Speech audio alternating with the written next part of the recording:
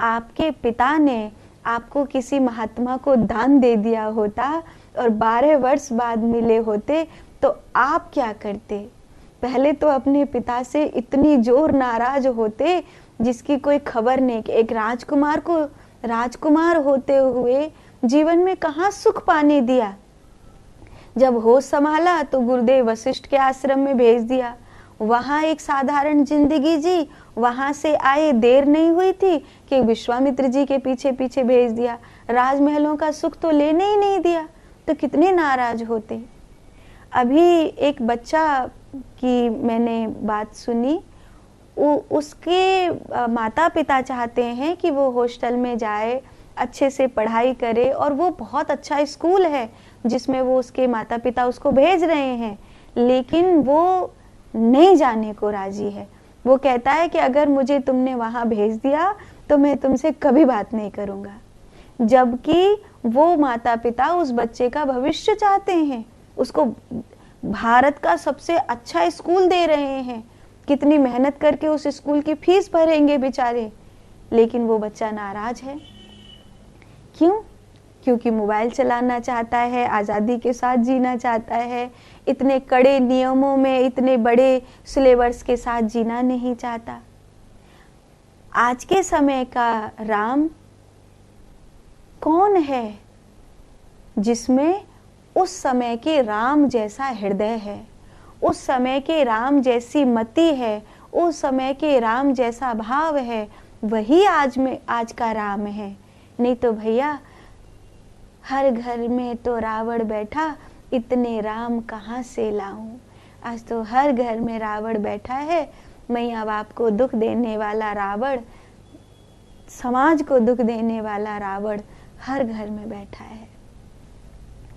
गोस्वामी तुलसीदास जी कहते हैं, दोनों भाइयों ने जब राजा को दंडवत प्रणाम किया तो राजा के मन में सुख समा नहीं रहा है, इतना आनंद हो रहा है अपने पुत्रों को। ये विनम्रता, ये संस्कार, ये भाव देखकर पुत्रों को हृदय से लगाकर कठिन दुख मिट गया, मानो मरे हुए शरीर को प्राण आ गए हों। गोस्वामी तुलसीदास जी को इससे अच्छी उपमा नहीं मिली कि क्या कहूँ, कितना सुख हुआ, जितना कि मरे हुए व्यक्ति को प्राण आ गए हों। 15 बरस के राम को भेजा था, आज 27 बरस का हो गया है राम। तब से दशरथ जी ने न कोई चिट्ठी पाती, न कोई खबर, न देखा वो कैसा है। बस इतना पता है यज्ञ की रक्षा के लिए गया है और मुनियों के साथ सुरक्षित है। अपने राम लक्ष्मण को दोनों आंखों भर देख महाराज दशरथ को कितना आनंद हो रहा होगा, जितना किसी मरने वाले को जीवन मिल गया। फिर दोनों भाइयों ने गुरुदेव वशिष्ठ जी के चरणों में प्रणाम किया। मुनिवर ने प्रेम में मग्न होकर उन्हें छाती से लगा लिया। दोनों भाइयों ने ब्राह्मण समूह को प्रणाम किया, उनसे मन भाया आशीर्वाद भी पाया। गौ ब्राह्मणों की रक्षा करने वाले राम, जब कभी आपके सामने ऐसी परिस्थिति हो तो प्रणाम किसको पहले करना चाहिए? माँ और पिता दोनों खड़े हों तो पहले माँ को प्रणाम करना चाहिए, फिर पिता को प्रणाम करना चाहिए। मातृदेवो भव, फिर पितृदेवो भव, उसके बाद आचार्य देवो भव, उसके बाद आचार्य को प्रणाम करना चाहिए। ये प्रणाम करने की रीति होती है, परंपरा होती है। आप कहीं किसी यात्रा में जा रहे हैं या कहीं विदा ले रहे हैं तो आप वहाँ पे माता पिता गुरु खड़े होंगे, पहले माँ को प्रणाम करेंगे, फिर अपने पिता को प्रणाम करेंगे, फिर आचार्य को प्रणाम करेंगे और गुरु का आशीर्वाद लेकर के विदा होंगे। लौट कर भी आएंगे तो यही क्रम होता है। मातृदेवो भव, पितृदेवो भव और आचार्य देवो भव।